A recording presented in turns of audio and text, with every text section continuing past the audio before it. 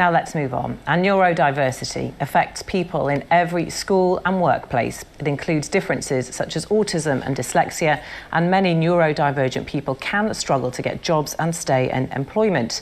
An organisation called Neurodiversity in Business has been set up in London to try and break down misconceptions and improve people's outlooks. It already has the support of organisations including Heathrow Airport and Transport for London. Helen Drew explains. Shana Tafel is dyspraxic and has attention deficit hyperactivity disorder, or ADHD. She works in communications, a profession which at times seemed out of bounds to her. One of the key challenges is that I struggle to communicate verbally. People would often say, don't really notice the difference, you're doing fine. But for the most part, people can just speak naturally without having to think about it. I have to think about it. That means that it can be really difficult for me to get my words out in sequence, to organise my thoughts, and to communicate what I actually want to say. So are you having difficulty as you're sitting here and talking to me now? Because I cannot tell. I am, yes. It's a huge challenge in the workplace, and especially as I progressed through my career, get to a point where if it's difficult for me to speak up in a meeting and to be able to clarify and share exactly what I want to say, it's deemed as either a performance issue or people will take it as I don't really know what I'm talking about, I'm not prepared. At least 1 in 10 of the population is estimated to be neurodivergent, which refers to the differences in the way people's brains function. As well as ADHD and dyspraxia, it includes dyslexia, Tourette's and autism.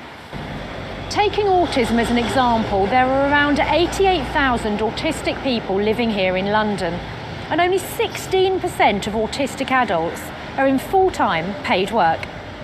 A new organisation has been set up to help companies understand the benefits of neurodiversity in the workplace. Its founder says early diagnoses would help.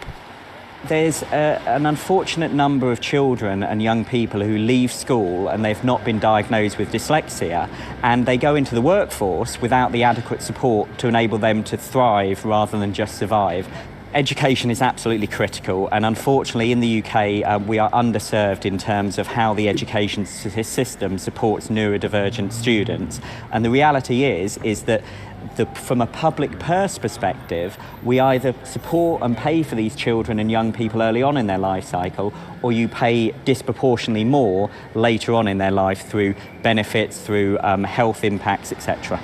Another factor is public transport, which many neurodivergent people are sometimes inclined to avoid because they're worried about unexpected changes.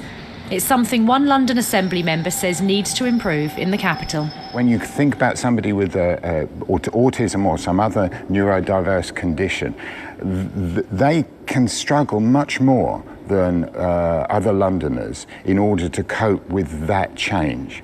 And so, and if we can attend to the needs of autistic people, neurodiverse people on the transport network, actually we're attending to the needs of all Londoners. I think London needs to take the lead in being a neurodiverse friendly city, one that within its very plans, within its very DNA, is recognising the challenges that neurodiverse people have. And I want us to be the world leader on this. We exist in a world that's not designed for us.